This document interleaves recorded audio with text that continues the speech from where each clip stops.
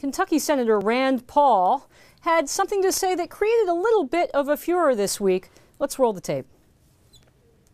If someone comes out of a liquor store with a weapon and $50 in cash, I don't care if a drone kills him or a policeman kills him. I don't care if a drone kills him or a policeman kills him. That was Kentucky Senator Rand Paul on Neil Cavuto's show Monday night, in a comment that seems to contradict something he said during his extraordinary March filibuster. Here's what he said, and I quote, "When I asked the president, quote, can you kill an American on American soil, end quote, it should have been an easy answer. It's an easy question. It should have been a resounding and unequivocal no."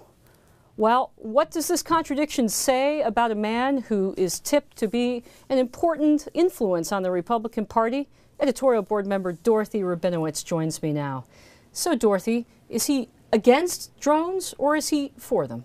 Well, it is almost beside the point, but here it is. What he's for is himself and his chances in the presidential sweepstake. But if you roll back the tape to that filibuster, that extraordinary performance where he is Mr. Smith, Jimmy still goes to Washington, I'm just a poor country boy chewing my Snicker bars here. And remember that he draped himself in the Constitution and he kept presenting this utterly false picture of people being cut down by their swimming pools, by American drones. Can this happen? None of which ever could conceivably have happened. But it's that slippery slope that people like Rand Paul and their liberationist anti-government frenzy like to paint. So now that he has the specter of the Boston massacre, which took place last week in front of him, and the sight of what exactly we do need by way of protections against these dangers lurking, and we see the blood spattered, it came to him suddenly that he might better be on the side of protection and surveillance and all of those things he professes to see as the work of the devil. And that is essentially what we're seeing in front of us now. Well, I'm really glad that you raised the Boston bombing because, according to Senator Paul, the younger Tsarnaev brothers should not have been declared an enemy combatant. Again, this is part of this theory of libertarianism. We have to give them every protection. Is that a dangerous point of view given the attack that we just suffered? It's a dangerous one if it prevails, and is apparently prevailing now. But the point of view is that it is a loathsome point of view, and it represents the streak of libertarianism that Rand Paul represents, and that is going to be the force pushing him into contention in a presidential race. Okay, well, let's talk about immigration, for example. Yes. As a libertarian, you would think that he would support free movements of people across borders, yet he said after the Boston bombing, let's delay.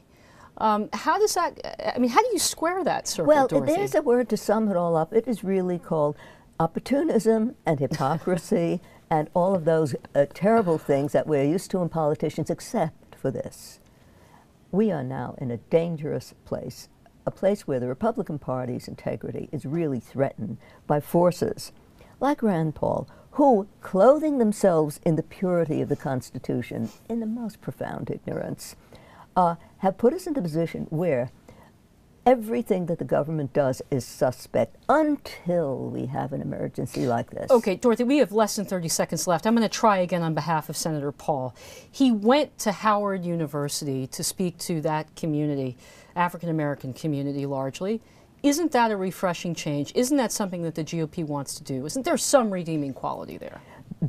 You have come to the wrong source for redeeming qualities, I'm sorry to say. This is the purest kind of old-fashioned, cornball. But the truth of the matter is that when we face what happened last week and again, you can turn on the radio and you can hear, the government is asking for pat-downs in airports. Always remember those voices that are telling you about government endless interference in your life when you see the bombing and you see you need every ounce of surveillance possible. You need every ounce of surveillance possible. The dangers of Rand Paul and extreme libertarianism. Those are the values. Editorial board member Dorothy Rabinowitz, we're going to have you back very soon. Thank you so much for being on the show.